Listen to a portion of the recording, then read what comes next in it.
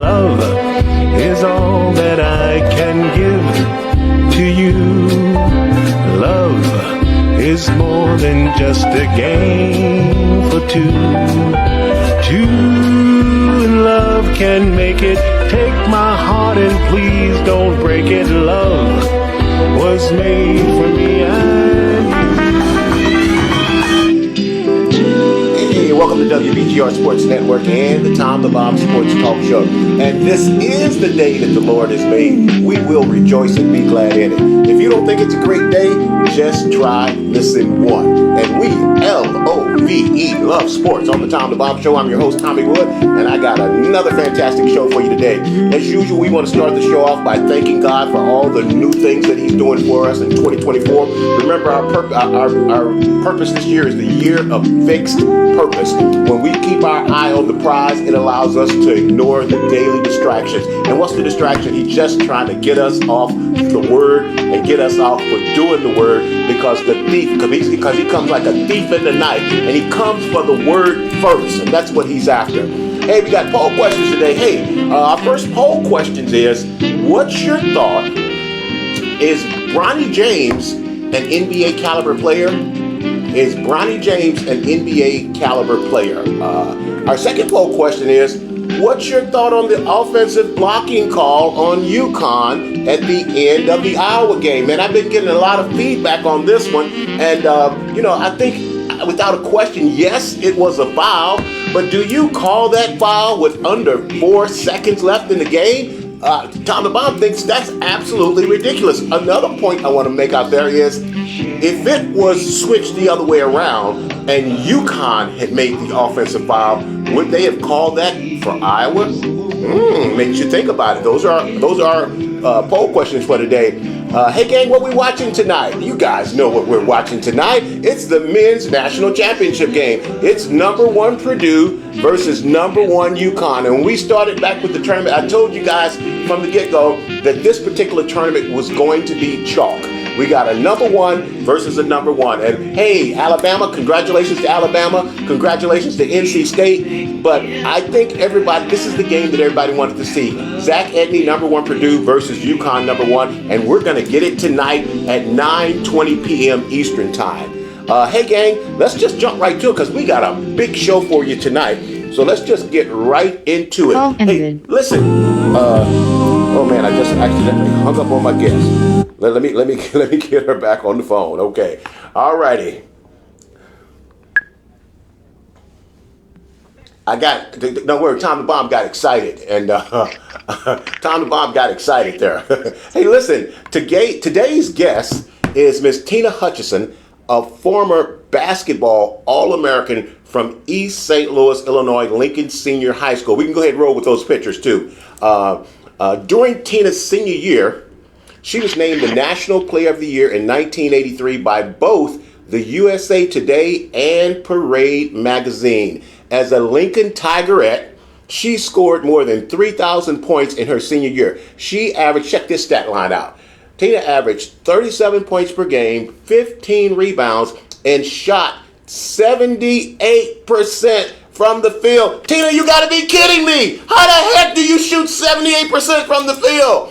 80% from the free throw line under the legendary coach Ernest Riggins. Tina was so good. Tina, are you there? Yes, sir. Okay. Tina was so good that as an 11th grader in high school, she made the U.S. National Women's Pan Am basketball team. She was recruited by every top college program in the country. The next year, she attended San Diego State, where she had the best NCAA freshman season ever in women's college basketball history. She averaged, look, it says 29.9, but come on, we rounded up. She averaged 30 points per game. And this is what blows my mind, Tina. 6 steals per game? As a guard, averaging 6 steals per game? She led her team to their first ever NCAA tournament Sweet 16. And during her freshman year at San Diego State, Tina squared off against the legendary USC women's legend Cheryl Miller, and she torched Cheryl for 41 points. At 6'3", Tina's game was way ahead of her time. Tina played all 5 positions on the court. She possessed both a dominant inside and perimeter game. If she hadn't suffered a career-altering knee injury as a sophomore in college, she might have gone on to be recognized as one of the top women basketball players ever. Like Caitlin Clark, Tina was a generational talent. Tina's game has been described as a whirlwind with dynamic athleticism along with a versatile skill set that enabled her to excel at all 5 positions on the court. Tina could do it all, and she did it all with style and grace. She could handle the rock. She could shoot from the perimeter. She had the speed of a point guard, the smooth silk stroke of a number 2 scoring guard, and the post games and moves of a Hakeem Olajuwon. Known for her deadly turnaround jumper and nifty no-look passes to open teammates, and was also a lockdown defender on defense and a great shot blocker, which showed great anticipation to play the passing lanes, which was evident because she averaged 6 steals per game. That's still blowing my mind, Tina. 6 steals per game?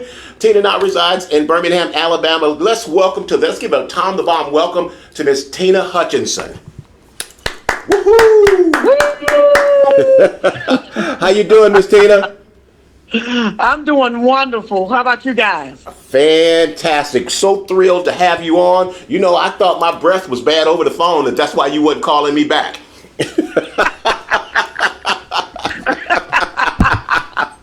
I was like, man, that's got to be some pretty bad breath. Look, Tina, with a deep three-pointer in the second quarter against UConn in the Elite Eight matchup, Juju Watkins passed Tina Hutchinson for the highest scoring freshman season in Division I women's college basketball history with 899 points.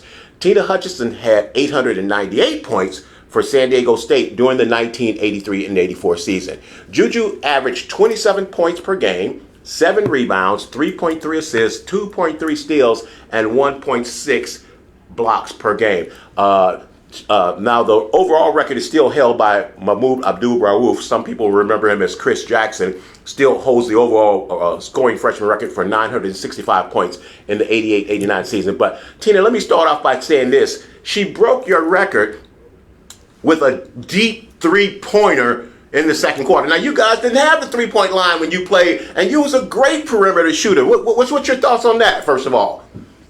Tom, let me just say this first before we get started. I give all honor, I give all glory to my Lord and my Savior. Amen. Because had it not been for the Lord being on my side, where would I be? What would I be doing? What would I have been doing? Especially in 1983 and 84, playing at San Diego State. So I give all honors to the Lord, my Savior, my elder brother, Jesus Christ. Amen. So with that being said, I'm not taking anything from these young ladies right now. You know, they've got the three-point line. Tom, I didn't have the three-point line. Mm-hmm. Neither did Pete Maravich. That's why I did all of my damage with the 2-point. Mm-hmm. Yep, go ahead. Okay, and not only that, they've got a smaller basketball, so that makes it even lighter. I could shoot from half court if I had a smaller basketball. Mm-hmm. But I'm not knocking anybody for the 3-point line and the smaller ball. These girls, they're balling all out of control. Mm-hmm. Tina, I got so many different things I want to ask you. Talk to us about making the U.S. Pan Am team as an 11th grader in high school. What was that like? Well, Tom, I tell you, it was an experience. Being with those older girls, women, they taught me a lot. I grew up. I had to grow up if I wanted to be an elite player. I had to grow up, and I had to grow up fast. They pushed me around. They talked crap about me because I was young. Mm-hmm. They thought that I shouldn't have been there. But then at the end of the day, they was like, okay, we see you got game. Mm-hmm. So they started to respect the fact that I had great basketball skills. Mm-hmm.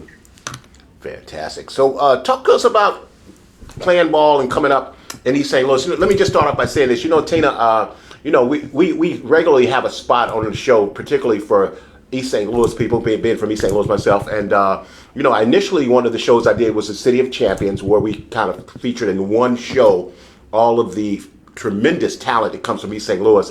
And, man, I had a list of over 400 people. And of course, I couldn't do a show and talk about 400 different people. So we decided we had to cut it down to 20. And man, that was like pulling teeth. How am I going to go from 400 and get this down to just 20, athletes from the East St. Louis area? And you came in at number 20 on the nose. And one of the reasons you made that top 20 for me is because I don't think you were the best woman basketball player that we've seen. I think you're the best basketball player. We forget woman basketball player, because like I said, literally you just did it all. And I was fortunate enough to actually see you play. And your game, what we're seeing today in the NBA, you were doing back in the 80s. And like the description of you did it all. You played, especially the NBA now is a positionless a game. You got centers shooting 3-pointers. Everybody's all over the place. And, I felt like you deserved to be in that top 20 because what your game was and what it was like. And like I say, it was just a real shame that we didn't get a chance to see your career go on. Tell us about coming up in East St. Louis, and then we'll get on to talk a little bit about San Diego State. Okay. The thing about East St. Louis, when I got there, first of all, when I saw all the athletes, all the trophies, it is some great athletes that has come out of East St. Louis, Illinois. City of Champions, baby. City of Champions. That is absolutely correct. And Lincoln High School, our motto, blood, sweat, and tears. And I'm talking about literally, Tom. Mm-hmm. I got there. Nothing was easy for me.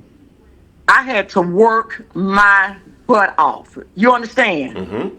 I had to do 3 times as much as anyone else because that was expected of me. And I thank God for the girls that I played with. Mm-hmm. They made Tina Hutchinson. Tina Hutchinson didn't make Tina Hutchinson. Mm-hmm. It was the players, and I thank God for them. Justine Moore, Tony Wallace, Quintella Jackson, Demetrius Joyner. Mm-hmm. They were just all extraordinary players. Mm-hmm. And as Tony Wallace would say, we were a group before our time. Mm-hmm. Mm-hmm. Because we did it, Tom. We did it. And like I said, to God be the glory. He gets all of the honor and all of the praises and all of the honor. Amen. Amen. And I would never stop praising him. Amen. Amen. He's definitely worthy. I think a lot of people, well, not a lot of people, some people know that the legendary Jackie Jonah Kersey is from East St. Louis and played at Lincoln, where you went to school. And, a lot of people I talk to, and I think they tend to know about Jackie because Jackie is truly one of the greatest female athletes that ever lived. But when I talk to people, I try to explain to them, Jackie went on to play professional basketball herself. Okay. But I try to explain to them, Jackie is all that in a bag of chips. But when we were in school, Jackie wasn't the best player in East St. Louis. There was a Deborah Powell, who I played Little League Baseball with, Tina Hutchinson. Just the athletes, they were just absolutely phenomenal. And I think that blows people's mind when I say, well, yeah, Jackie's all of that. But when we were in school, there were girls and women that were actually better than Jackie Jonah Kersey, Absolutely. But Tom, I tell you the truth. You have to work hard. And Coach Ernest Riggins, who is deceased now, he made us work for everything. Mm-hmm. He made us work twice, 3 times on Sundays. Mm-hmm. Even I can remember, even in the snow, I would say to myself, oh, good. We got a day off. We look up, hey, we got practice, but how are we going to get there? We would literally, Tom, you don't understand, be out digging cars out so that we can get into the gym. If that's not dedication, I don't know what is. Amen. Well, listen, Tina. I've been doing my research, and but one of the things I want to talk to you about real quick is I recently was looking at, with Caitlin Clark, getting all the publicity now, and rightfully so. I was looking at the rankings of the top women basketball players of all time, and like I mentioned to you, these are all outstanding women basketball players.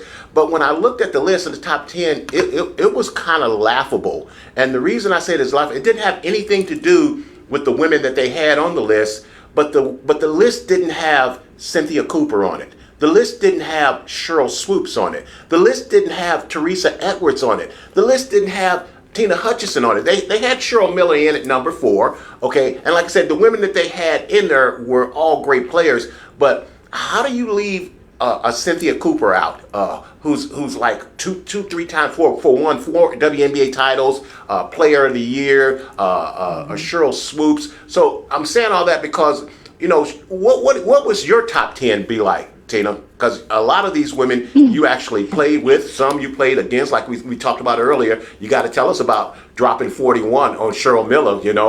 Our audience want to hear about that. Tom, let me explain something to you. It's not about a top 10, a top 20, a 1 through 5. Every athlete has got a special something that they contribute to their teams. All the names that you just named, these girls are phenomenal players. I wouldn't take anything for Cynthia Cooper, Cheryl Swoops. I wouldn't take anything. But the thing about it is, you have to know what your role is and what you contribute to each team. That is what makes you an all-around player, knowing what your role is and being good at it. So in order for me to say Cheryl Miller should be number 1, Diana Taurasi, all of these girls, no, I cannot come up with a top 10, not even with myself, as I'm not even patting myself on the back, but putting myself even at number 1 or number 200. I can't do that because all these girls, even with my era, these girls were phenomenal players. And any of these girls can get the ball with 2-3 seconds left, down by 1, and make a basket.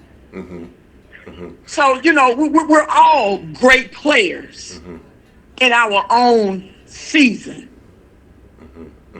Well, I tell you what, Tina. With the recent publicity of Juju Watkins breaking your all-time freshman scoring record, I got a chance to watch her quite a bit, and her game does remind me of your game from the standpoint that she does everything. Like you did. What's your take on Juju's game?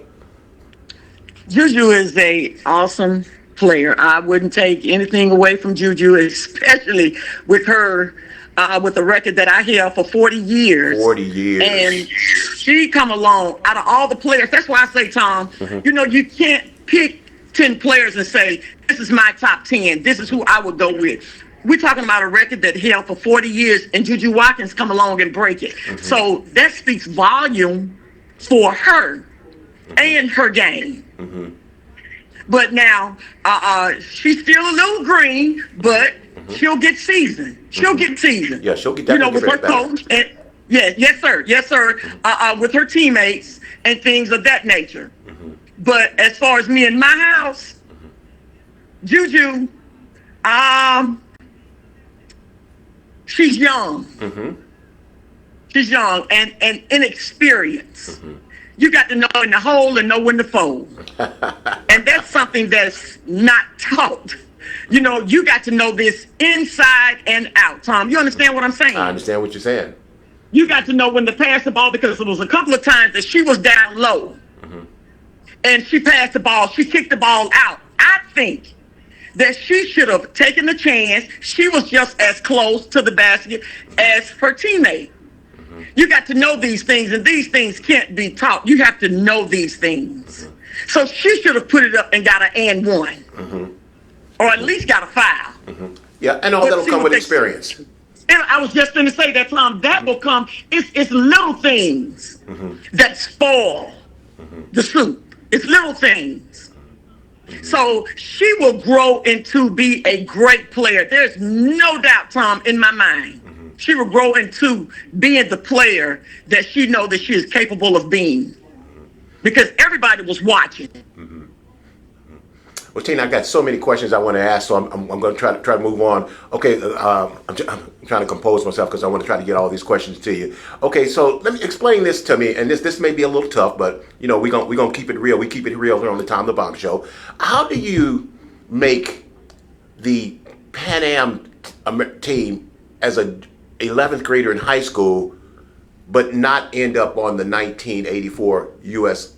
Olympic team? Now, I know there was some politicking going on, especially with you torching Cheryl Miller, San Diego State playing USC, and that was the year that USC actually won the national championship, if I'm not mistaken. Cheryl Miller along with the McGee twins. But how do you make the Pan Am team, but not make the 1984 U.S. Olympic team? Can you talk about that a little bit? You know, what did you say? You say we're keeping it real. Am I correct? Keeping it real. We're keeping it real. Okay, we're keeping it real. We're keeping it real, and we're keeping it real. Okay, now, last night I was just reading my Wikipedia. There were some things on there that I didn't even know. So you tell me how you can say, now keep in mind that Coach Ernest Reagan, Sr., he was a thorough guy. He didn't miss a beat. Okay, so I'm reading that he didn't get the paperwork in. The paperwork was late. Okay, then they said that he didn't receive the paperwork. So he went to the ABA USA and tried to get the paperwork in. And they said, no, and then Cheryl even had something to comment on, which this is my first time seeing it. Okay. And, they were saying that, and I was just a child. Cheryl was saying, well, Tina should have known better. She should have gotten her paperwork in. I knew nothing about paperwork getting in. So, Tom, it's just like you said. I don't think, and we're keeping it real, we're keeping it 100, shooting straight from the hip. I think what it was, they did not want Tina Hutchinson to outshine Cheryl Miller. That's just what I think. I'm trying not to be biased here, but, you guys went head-to-head together, especially out there on the West Coast, San Diego State and USC. So the people out west, they knew who you were. Exactly. They knew. They saw it. They saw you scorch her, and it's like, how are you not on that team? That's just absolutely ridiculous to me, man. Boy. It's politics, Tom. A lot of things. As the older I get, and I'm watching Caitlin Clark play, and I'm seeing all the accolades and things of the sort that she's getting. Not to get off of it, but a lot of sports, it's politics. And I don't get that, because a lot of the female players get hurt by somebody else being chosen, and that they were not better than this player. And it's politics that's involved, Tom. It is. Come on, It that. is. It is. I played. And it shouldn't be that. There's no place for politics in athletics. But it always is, Tina. There always is politics in athletics, though. I played collegiate ball, and we had guys on our team that didn't start and got drafted, and we were like, when did they see him play? When did they see him play if they didn't start? So it makes no sense. It just makes no sense. But we're gonna turn away from that, because, like I said, it's impossible for you to be on the Pan Am game as an 11th grader in high school and not be on the U.S. Olympics teams in '84.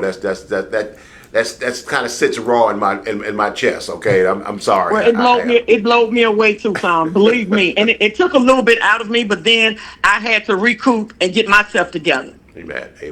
Look, let's move on. Let's talk about this. South Carolina wins the national championship game and caps off the perfect season, 38-0, with the NCAA Gamecocks vanquishing the Iowa Hawkeyes 87-75 in the women's NCAA title game to become the 10th team in Division I history to complete an undefeated season, joining UConn, Tennessee, and Texas as the only programs to achieve such a feat. The Gamecocks were unbeatable. And what's impressive, I want you to talk about this too, Taylor. After graduating the #1 WNBA draft, Aaliyah Boston, and 4 other starters from last year's team to the WNBA, they're the first team to repeat without having a returning starter from the previous year. Is a testament to Coach Dawn Staley's coaching prowess, winning her 3rd national title in the last 7 years, with a record over the last 3 years of 109 wins and 3 losses over the last 3 seasons. Talk to us about the game you watched. We watched last night. Tell us about Dawn Staley. I know you know of her as well. Talk to us about the game.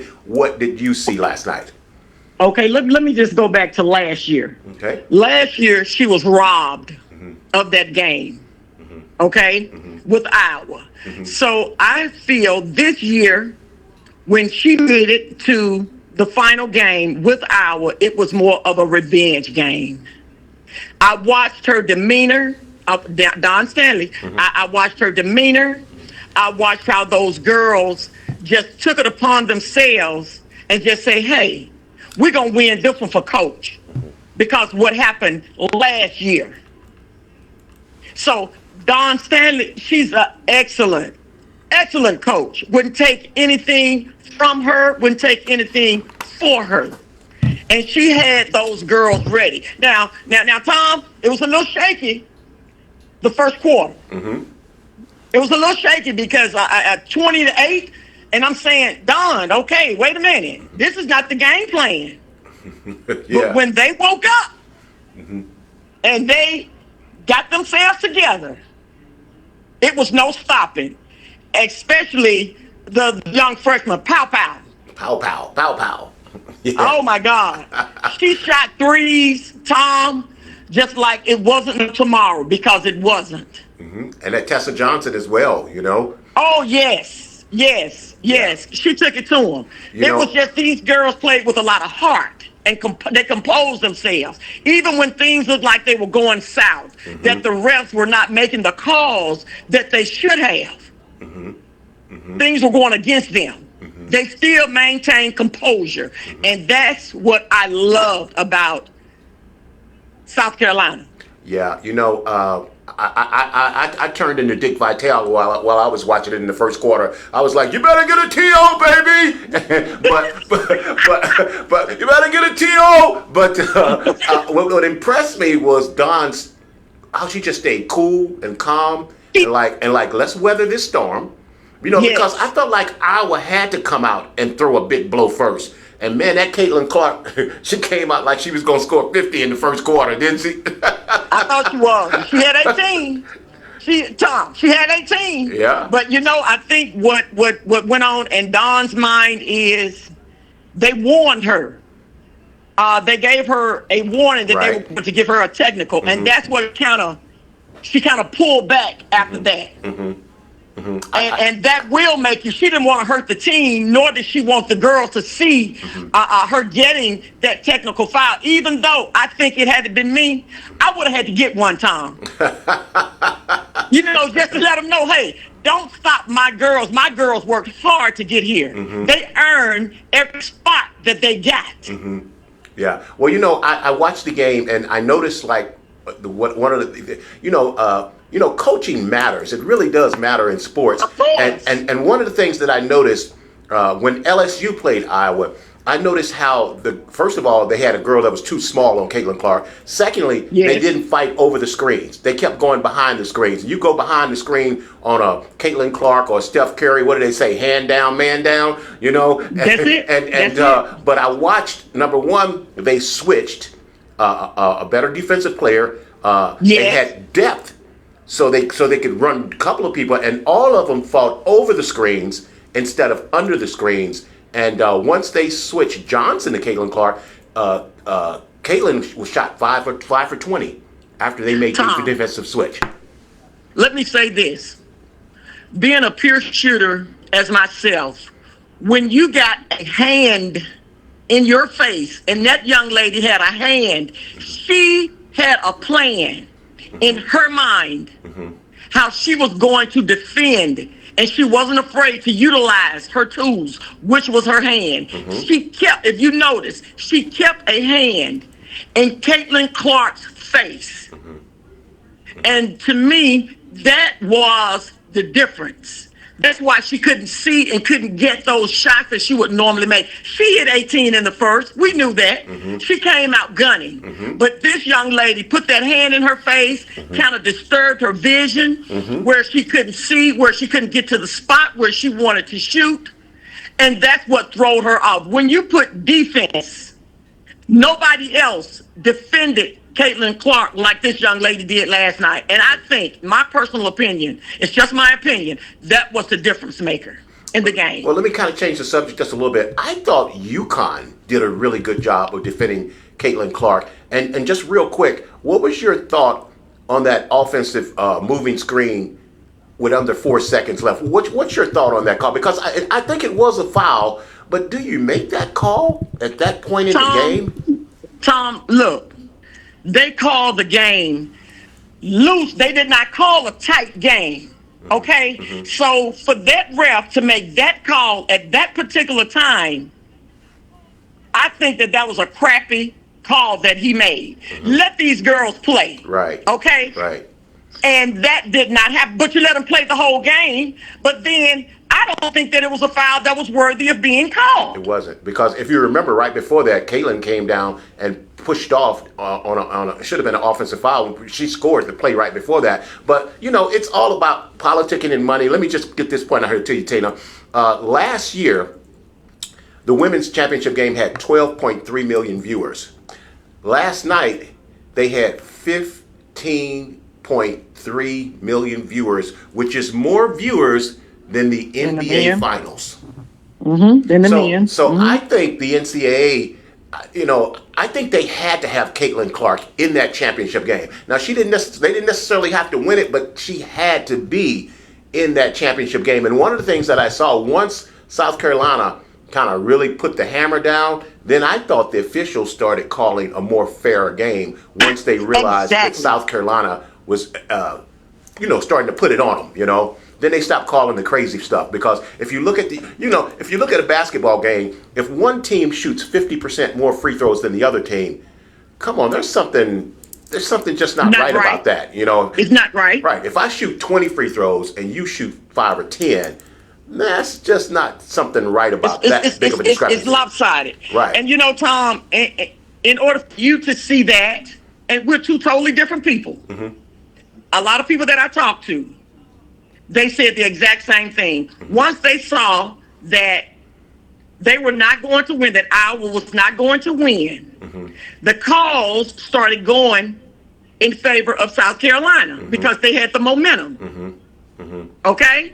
Now, Caitlin Clark, not taking anything from this young lady, she pushed off every game. I've seen her push off practically every game that she's played, and they have never called. They have never made that call because she's Caitlin Clark. Tina, I think one of the big changing points in that game was when Johnson stripped her and stole it from her, and Caitlin reached out and grabbed her.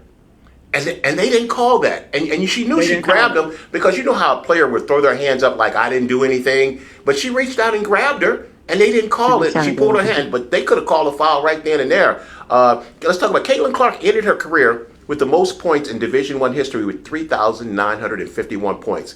The classy coach Don Staley thanked Clark during her post-game ceremony for her contributions to the sport, saying, "You are one of the GOATs of our game." Is Caitlin Clark the GOAT? Now, I like what Coach said, one of the GOATs. And let me just make this comparison real quick for you. When you start talking about GOATs, you say Michael Jordan, LeBron James, Tom Brady, Joe Montana, something like that. But let me take this to golf. If you think about GOATs in golf, you'll say Tiger Woods or Jack Nicklaus. And they might be the two GOATs, but the most impactful player in golf is Arnold Palmer. Because what Arnold Palmer brought to the sports, to the TV, made golf what it is. I think that's what Caitlin, I don't think Caitlin is the GOAT as much as she's the most impactful player, because I just mentioned they had 15 8.3 million viewers. That's more than the NBA Finals, and I think you can directly relate that to Caitlin Clark. And it was the saying, high tide rises all boats, and I think that's what she did. So without a doubt, she doesn't have to be the GOAT, but I think for sure she's the most impactful player, and I think she's going to do a lot for the WNBA on the next level, because one of the complaints of the ladies is the pay is not fair, the traditions aren't fair. Well, Caitlin Clark is one of the people that can turn that for you, because last week Ice Cube offered her $5 million to play in the Big Three. Now Lil Durk has offered her $10 million to play on his Big Three team. That's some serious cheese, Tina. Yeah, it is. And look, let me just say this, Tom. It is a difference, just like you just said, in being a GOAT and being an impactful player. She did impact the game this year because of her shooting, because of her pure shooting. But as far as, and I'm just Tina's opinion, she is not an all-around player, because anytime you get stripped of the ball and you run down the court lackadaisical like she did, no matter what the situation was, my coach would have taken me out and balled me out. Okay? You get back on defense and play defense. But running down the court lackadaisical, that's what I say. You have to be an all-around player. Now, second, Tom, little girls that look like Caitlin, okay? Caitlin, she impacted the game, yes, but she's given a lot of girls hope that they can, okay? And I think that's real important, to let little girls know that, hey, you can do this. This is what I fought through. Hard work will pay off in the end. Yes, it will. And she's an impactful player. I mean, it's hands down to that. But as far as being an all-around player, Tom, I think that she needs a little bit more work, because she's taking her skills to the next level. And these are grown women that she's getting ready to play against. Yep, that's what Diana Taurasi mentioned to her as well. That's right. Level. And it's not that I don't think that Diana Taurasi was trying to throw shade or trying to throw salt on her.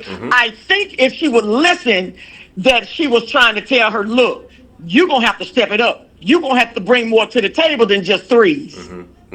You're going to have to play some defense. Well, one of the things that I noticed, we all know that she's a phenomenal shooter. We all know that. Excellent. I think her passing is actually better than her shooting, so she's got a lot to offer. But one of the things that I think she does need to work on her game, Tina, is when you notice when she would go to the basket and she'd go down low and she'd jump stop, she really didn't have the lift or the upper body strength to take contact the way Juju Watkins does. I love the way Juju can take the hit and still get her shot off. But as you saw, Caitlin got her shot blocked 3 or 4 times in that game when she went down low, because she really didn't have any lift and she really didn't have any upper body strength to take that hit and still get the shot off. But I think her game will still translate to the next level, because it's hard to play defense from 30 feet. And when you're coming down and shooting from that deep, there's no defense against that. That's what Steph Curry is doing, pulling up at 35 feet. Nobody's checking you at 30 feet. That's right. And she's making that shot. Right. So I think her game will translate, but like everything and everybody, you can always get better. And there's room for Caitlin's game to get better and grow. It is. She's young, Tom. She's young. Yep. And if she just do what she needs to do, which is say, hey, my game needs to do this. Hey, take a step back and look at what you're not doing. We know, like I always used to tell the girls, hey, you know when you're doing great. You know when you're doing good. Okay, let's take a step back. Let me look at my game and see what I need to improve on. Because one thing, Tom, I will die going to my grave saying this: there's always room for improvement. Always. Don't think that you got all of it down packed, because trust me, you do not. Okay, so it's some parts of her game that's weak. A lot of parts of it is strong. She's got a good eye as far as passing. But then you got to know that there's girls in the NBA, there's ladies, in the WNBA, they got eyes for seeing. And don't you think that they have watched her Yeah, like somebody I know that averaged 6 steals a game. Somebody I know. Somebody I know averaged 6 steals. That blows my mind. 6 steals a game? Are you kidding me? Are you kidding me? Hey, look, Camila Cardozo won the final for most outstanding player, finishing with 15 points and 17 boards, is the only major contributor that's not returning to the Lady Gamecocks next season. Man, this kind of tees it up for South Carolina next year, dude. Although I do know that UConn is coming next year. What's your take for next year's? You know what? Let me just talk about Cardoso for 1 second. She was hungry.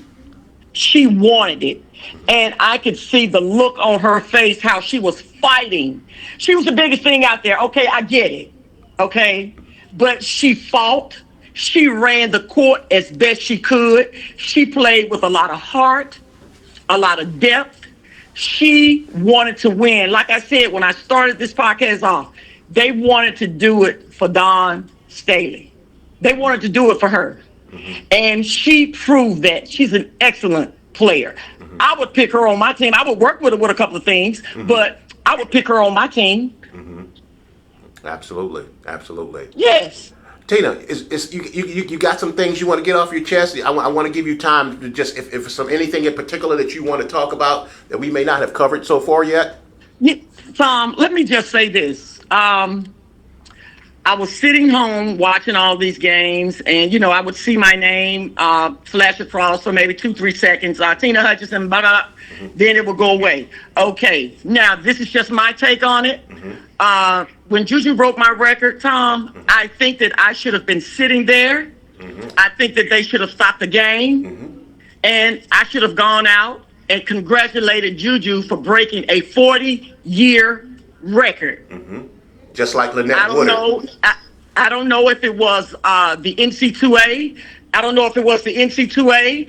I don't know if it was the NC2A. I'm just not sure who I should have gotten to get in contact with. But I think that I should have been there at this basketball game.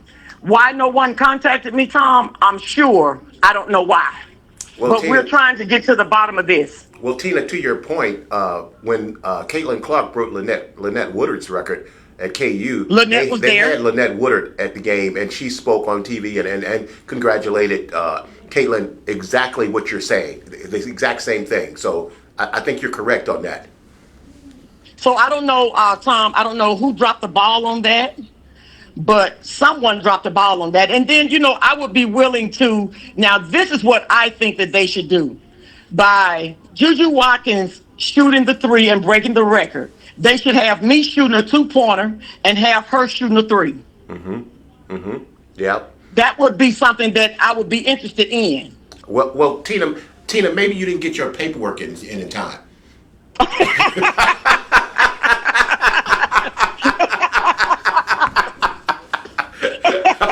Or maybe the paperwork got lost. Paperwork got lost in the mail, right? And they can't blame Ernest for that one. Paperwork got lost in the mail, Hey, I see we got Leroy joining us. Leroy say, Thump, how come you ain't got Tina on your show? I say, Leroy, Tina keep hanging up on me. I'm gonna get you, Tom. I'm gonna get you for that one. That was a good one. Maybe you get the paperwork in. I want to talk about this. Our city gets a lot of negative publicity, but it's a very, very small city with a ton of talent. But we all love and care for one another, and it's That's really true. like a That's big true. family, and like. Even if you think you don't know somebody, your family know my family, and it's just that's just how we roll. On every corner. Hey, Tom, do you know? I'm sure you do. Darius Miles. Of course I do. Darius Miles reached out to me on Wednesday of last week. All righty, and he was in that top 20 along with you as well. Yes, Darius Miles. Yes, he's a good guy. So you're gonna have to connect me with Darius, because I haven't had a chance to have Darius on the show as well. And that's the whole thing, because on this particular, like I said, the Tom the Bomb Show is a sports show from a Christian point of view, but like I said, we specifically set aside talent from the East St. Louis area because I'm proud of where I'm from, Tina. I love Okay. my city, Okay. and like I said, we're all proud of each other, and we want to be able to highlight people like yourself, like a Jackie Joyner Kersey or Eric Wright or Brian Cox. We want to be able to highlight Yes. those people. Jimmy Connors. People don't know that Jimmy Connors is from East Yes. St. Louis. Yes. Uh-huh. So that there's World Series champs, there's NBA champs, there's Olympic gold medalists, and just it's just amazing that the talent that's coming from that little small city, and we have the queen of basketball from East St. Louis, and that would be Tina Hutchinson, averaging 6 steals a game. That blows my mind.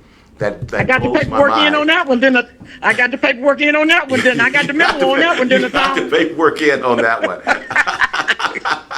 Hey, look, let's move on. Tonight we've got the University of Purdue versus UConn in the men's national championship game, and this is like I said, this tournament, Tina, like I said, on the men's side was pretty much going to be chalk. We got a number one versus a number one, but let me just say this too before we even get to that. I think the women's game has been more exciting than the men's game this year. That's true. I really do. It's just been really, really great to see and great to watch the women's game really, really grow.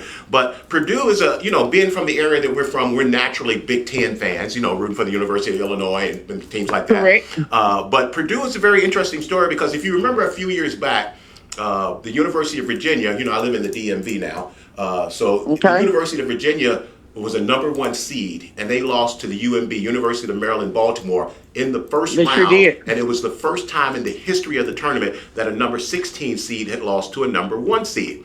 Well, last year, Purdue was a number one seed, and they became the second number one seed to lose to a 16 seed last year. Well, after Virginia lost, they came back the next year and won the national championship.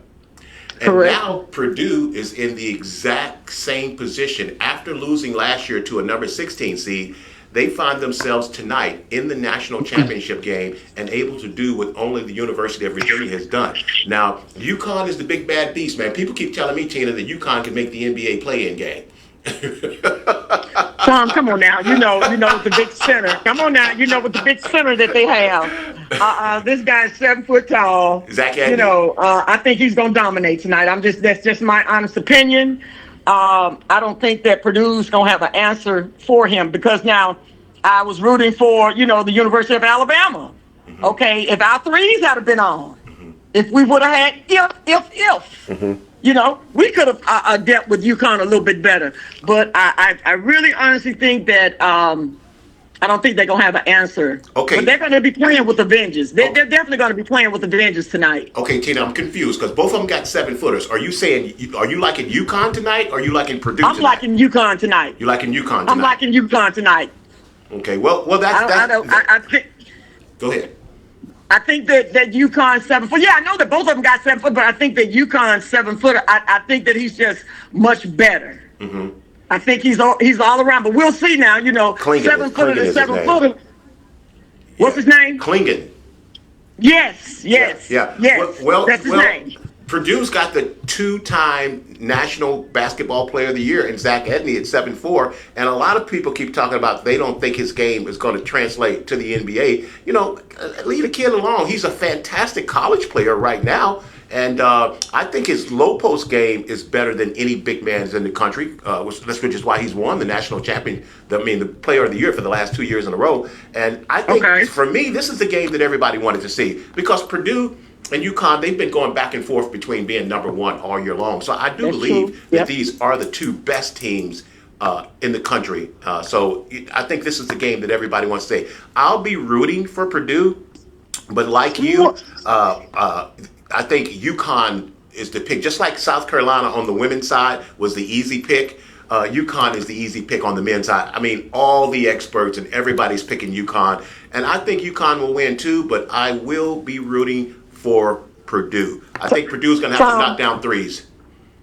let's back up here. Come on now. You said South Carolina was the pick for the women. Come on now. You know Iowa was the pick for the women. Come No, on, no, no, stop no, no, playing. no, no, no, no, no. I think everybody was rooting for Iowa, but I think it was clear. I mean, when this tournament started, I did a preview show of both tournaments, and I said UConn and South Carolina, they were both going to be there. I thought, I thought a lot of to be honest with you, let me say this. I thought a lot of teams were better than Iowa, and I think a lot of people think that Iowa was just a one-person team with Caitlin Clark, but that's a big mistake. The thing that I love about basketball, Tina, is the best team wins, not the best players. The best team That's right. wins, and That's right. we saw a lot of Iowa down the stretch, and I thought they were well coached. They passed the ball fantastic, all of the backdoor cuts, and I have not seen a team run the pick and roll better than Iowa, men or women. I mean, they ran that pick and roll play every single time down the floor. So it wasn't just Caitlin who was dropping dimes. All of those girls ran that pick and roll. I think if the other girls don't miss so many layups, because if you go back, they missed a lot of layups, a lot of bunnies in that game. I think that game against South Carolina was easier. But getting back to the point, I think South Carolina was the favorite all along, just like UConn is tonight. Okay. You think that it was all about the money? Because I really do think that with Iowa getting there, that it was all about the money. Oh, because there's no doubt about it. Tina, you got to have Caitlin Clark in that championship game. If Caitlin Clark is not in that championship game, you're going to lose millions of viewers.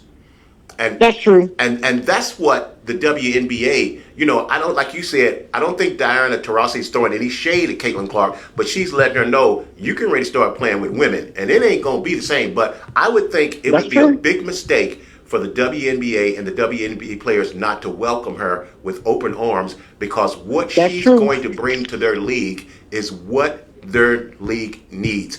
I hate to say it like this, but in sports, you always need a white superstar. I hate to say it like that, but it's just the truth. You always need a white superstar, and I equate Caitlin Clark to being like Larry Bird. If you remember when Larry Bird came in, people were like, well, he's pretty good for a white guy. No. That guy's just good, period, okay? I think Caitlin Clark is just like when Larry Bird came into the NBA. I think that's what Caitlin Clark is going to do for the WNBA, and they should welcome her with open arms and basically acquiesce and do whatever they need to do to make her transition into the league smooth. And that's true, because the thing about it, Tom, it's all about putting people in those seats. Absolutely. And with her doing that, her collegiate years, she did that. And for her to be able to transition to the WNBA, that's what they want. Who wants to watch a WNBA game and there's nobody, not a soul sitting there? Now, I went to see the Atlanta Dream play. Now, their games are always sold out. So what Caitlin is about to do for the WNBA, give it to her. Yeah. She earned it. Hey, but now she's gonna have to put up now. Yeah, absolutely. Hey, let's talk about this real quick. This is kind of breaking news, Tina. Coach Calipari is leaving Kentucky for the University of Arkansas. They're offering him $8 million, and a couple of things. Number one, I think the Kentucky fans, they're so spoiled. That they aren't the focus of attention. They're upset. They're not gonna get a better coach than Coach Calipari, and they're forcing him out. Arkansas is offering him $8 million, but it's not that many people. People have gotten fired from Kentucky, but I can't think of anybody that left Kentucky on their own, and that's what Coach Cal is doing. And I think the people are running him out of Kentucky to Arkansas, and I think that's ridiculous. But let me run this idea by you real quick. One of my friends, Edmund, I don't know if Edmund Jones talked about, try this on for size. How about Don Staley as the new coach for the Kentucky men's basketball team? Okay. Come on now. Try that on for size. Wait now, Tom. Come on now. Try that on for size. We talking about apples and oranges. We are. But hey, the timing can't be better. At some point, that's got to happen. At some point, we're going to have a woman president. We already got a woman vice president. At some point, it's got to happen. Tom. Yeah. Let me just tell you my take on that. Okay, that's what I want to know. It's just like we should have had a woman president, Hillary Clinton. Yes, correct. But we know what spoiled that. Mm-hmm. Now, Tom, men are not ready to be coached by a woman. Okay. That's just my opinion. I love you for keeping it real. I'm going to shoot straight from the hip. They're not ready for that as is of yet. On down the line, I could probably see something like that. Mm-hmm. But right now in this society and how things are going, how men are, we don't even want a woman to make more money than a man in the household. Come on, Tom. Well, I hear what you're saying, but I'm happy to say that my wife makes more money than me. Are you cool with that? Wait a minute. Are you cool with that? Are you good with that? I'm totally cool with that. Okay. Well, look. Well, you one in a million because most men are not. I'm You hear totally me? cool with Most men are that. not. Just tell you the truth what God loves, Tom. Hey, listen, Tina, you got anything else you want before we let you go? We so appreciate you being on the show. We love you. Listen, you're a friend of the program. Anytime you got anything on your plate, anything you want to talk about, don't hesitate to give me a call. I need you to put me in touch with Darius, and we'll go from that. We got each other's number now, so we'll be in contact. Is there anything you want to say before we cut you loose? Of course. Tom, I just want to give a shout out to East Boogie, baby. East St. Louis. You're right. I want to give a shout out to all the warm wishes that I got, all the calls, the texts, and everything that I received. And how they were saying they really appreciated my talent that I brought there. But as I always say, you guys made me the GOAT of East St. Louis, Illinois. Amen. And I love you. I love you with the love of the Lord. I will never forget you. I'm going to come back and visit. And I hope I can get a chance to just thank each one of them personally, Tom. It's bringing tears to my eyes because they showed me some love, Tom. They showed me some love, okay? Okay. Well, on behalf of East St. Louisans all over the world, and we are all over the world, we thank you. We took you in as our own a long time ago. Yes, you did. And it don't matter where you live, whether it's Birmingham or whatever, you are always going to be an East St. Louisan to us as well. We love you and thank you for joining the Tom the Bomb Show. I'm sure our audience have enjoyed you and we really appreciate you. God bless you. Everything that you put your hands to will continue to prosper, Tina. Thank you, Tom. Tiger Rest for life, baby. Tiger Reds for life. All righty. Thank you, Tom. Be blessed. All right, okay? you too. Yes, sir. All right, that was the queen of basketball, Miss Tina Hutchinson. We just so enjoyed having her as well. Listen, we still got a few things we want to get to. Let me see if I can get my man here on the line. Because I did promise you guys some WrestleMania. Real quick, let's go ahead and talk about the 2024 Masters preview. Let's put that up because we got to wrap up. We're just about out of time. So let's do the 2024 Masters preview real quick.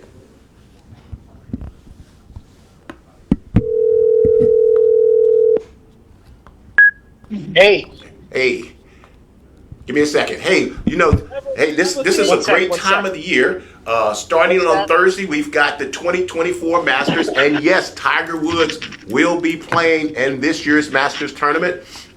We got 13 players that are going to be coming from the LIV Tour. And, man, this is just getting more and more interesting. Will Zalatoris just turned down $140 million to not play on the LIV Tour and stay on the PGA Tour. And a lot of people are talking about, what character he has for that. Listen, Will Zalatoris just came back from a major back injury where he thought he may not ever play again. And for him to turn down that $140 million, that's a better man than me. But hey, here's what's Will Zalatoris' take, which I respect. He said, I did not join the tour to make money. If I wanted to make money, I would have been a banker, is what he said, an investment banker. But he says it's important to him to be able to win majors like the Masters and things like that. So for him, it was an easy choice to stay on the PGA Tour and turn down the $140 million. If he has another injury and he blows out his back, that's going to be a different thing. But a point well made by my man Floyd White is he didn't necessarily grow up the way we grew up, and that's why he can turn down $140 million. If I turned down $140 million, my brothers and sisters would physically beat me up.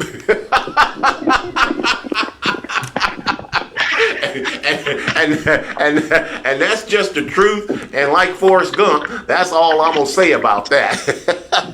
Hey, we got my main man Felix Massey on the line. Say hello, Felix. Hey, how's everyone doing? How are you doing, Tom? Doing fantastic, man. Just had a great interview with the queen of basketball, Tina Hutchinson, and now we're here to talk for you to talk to us about WrestleMania 40, Felix. Let's go, baby.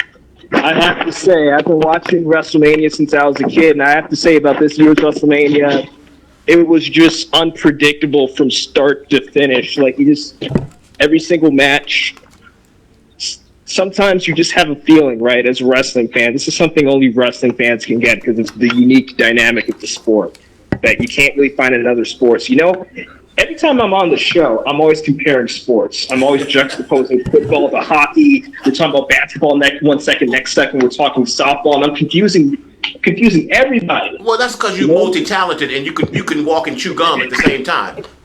That means a lot. I appreciate that. But pro wrestling is like the only sport you cannot do that with because of the unique dynamics of it. And you're just looking at it, and sometimes as a wrestling fan, you just kind of know at a certain point of the match who's going to win, what's going to go. And I can't really say that that's happened at any point of any of the matches WrestleMania. We can talk about what I saw, and this is a main takeaway that I don't think enough people are talking about. In the ladder match, they disunified the SmackDown and Raw Tag Team Championships, and I think that was the biggest, probably the best move they made from a business standpoint or a quality of show standpoint. Because here's the thing about pro wrestling, or WWE in particular.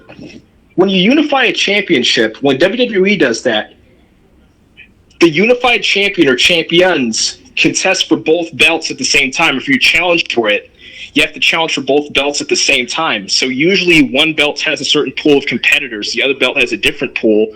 So it allows a more roster variety. It allows more people to get significant screen time in the ring.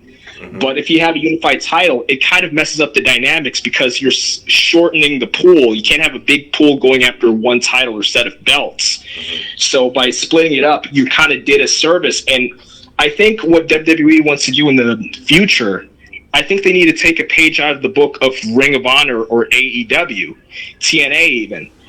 Even if you have a unified champion, you compete for one belt at a time. You might compete for two every now and then, but basically competing for one belt at a time, you're still keeping the different pools active. You're still keeping the variety, the quality of the show, and the significant screen time the roster gets. So case in point, when Jay Lethal was the unified champion of ROH, he had the TV television championship and world championship. He contested for those separately. It didn't mess up with the show's dynamics. But again, when you had one title in WWE in 2015, everyone was complaining about wrestling that year. Some people say it was the worst year of WWE since the older fans say it's 1995, but I would dare to say 2015 was worse. But going back to what I was saying, yeah, I think they did a great job by separating championships for tag team. So, and another point I want to make. Did you have any questions? Sorry. No. I actually got to you a little bit later than what I was hoping for. So I just kind of wanted you to, if you could just kind of get us caught up on it for me. You know. Of course. So another thing I wanted to say, I like the double main event. Cody Rhodes finally finished his story, got the world championship. You know, he did something. He did it because his dad was once a wrestler, the Hall of Famer Dusty Rhodes. Of all the accomplishments he had, never got the title in WWE. Cody did it for his dad, did it for his family, did it for all of his fans around the world, waiting his whole career for him to get that title. And overall, a well-done show. Even the other championship, World's Heavyweight, no one really looked out for Damian Priest cashing in to get that title. So, like I said, perfectly run show, start to finish. Nothing was predictable. That's really all you could ask for out of a wrestling show. My man, Felix Massey. Thanks a lot, pal. I'll be talking to you soon. We appreciate you on the Tom the Bomb Show. You're always a fan favorite. All right. Hey, Hey, wrap it up. ended. Let's talk a little baseball. Listen, the Major League Baseball, Shohei Ohtani in trouble again. Okay, listen. The Dodgers offered Shohei Ohtani hit his first Major League home run, and the Dodgers offered the young lady who caught the ball 2 signed hats, a signed ball, and a signed bat to the fan who caught Shohei Ohtani's first home run ball. But the home run ball was valued at $100,000. They separated her from her husband during the negotiations, and Ohtani said that he talked to the young lady, the woman who caught the ball, but she said that he didn't. Okay, and first of all, I didn't know Ohtani spoke English, maybe a little bit of English, but he said he spoke to her. The woman said he didn't. 2 hats and a ball for baseball is valued at $100,000. I think the Dodgers kind of like pulled a fast one on her. And this is not another with the alleged gambling issues with Ohtani. This is not another good look. It's painting him to be not necessarily, that truthful and telling the truth. So this story, like I said, this story isn't even close to being over, and just another not a good PR look for Shohei Ohtani, saying that he spoke to the young lady who caught the ball and she didn't. And hey, if she didn't want to give it up, she shouldn't have given it up, but I don't understand why they wouldn't allow her husband to be involved as well. But I think they kind of got the better deal of it with just 2 hats, a signed ball, and a baseball bat. Moving on. Interest piece. We got a good flow of East St. Louis going today in the show. Listen, we all know in Collinsville, Illinois, that there's the largest ketchup bottle in the world is in Collinsville, Illinois, and it's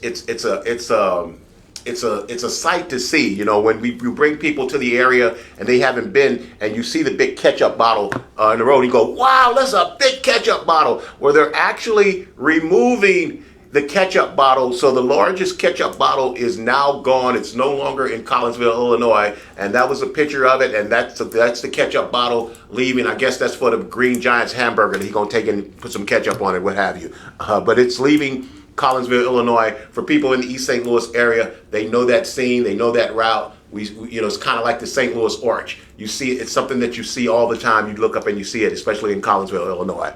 Hey, listen, that's just about wrapping it up. I just want to give a shout out. Happy birthday today. My baby girl Samira turns 10 years old today. Bring up my baby Samira. Listen, Samira.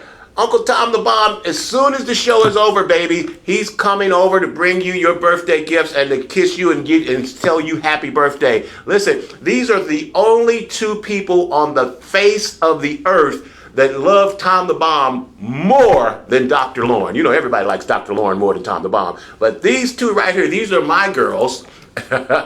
and they actually love me more than Dr. Lauren. So happy birthday to Samira. She's 10. Layla, that's my girl too. So Uncle Tom will be over right after the show to bring you your birthday gift. Happy birthday, Samira. Hey, look, that's our show for today. Hey, for a dynamic, in-depth analysis and highlights for the Washington football team and DC sports and more, check out the Washington Sports Den on Thursdays at 2 p.m. on WBGR with my main man, Felix Bassey. Man, time flies when you're having fun. We're out of time here, but we sure do thank you for spending time with us. Listen, may the gates of heaven open and pour an abundance of blessings down on you where there won't be room enough to contain it. Remember, if you want it, you got to confess it with your mouth and believe it in your heart that Jesus died on the cross and that he rose on the 3rd day, not a Thursday, just for you. Remember, darkness cannot drive out darkness. Only light can do that. And hate cannot drive out hate. Only love can do that. God bless you. We'll see you on this same bat time, on this same bat station. Again, we want to thank our guest, Miss Tina Hutchinson, for joining us on the Tom the Bomb, our queen of basketball from East St. Louis. That's from everybody from East St. Louis to you, Tina. God bless you. We'll see you guys next week. Good looking out, Leroy.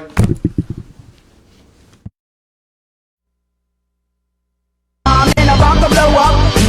I'm the bomb and about to blow up. Whoa, whoa, whoa. Everybody check it out. Whoa, whoa. Everybody check it out. Whoa, whoa. Okay, 1 for the money and a 2 for the show, but 3 to be a legend even if I'm cold. I ain't chasing nothing, you gon' have to catch me. And if you wanna taste, you gon' have to pay a fee. I'm the bomb and about to blow up.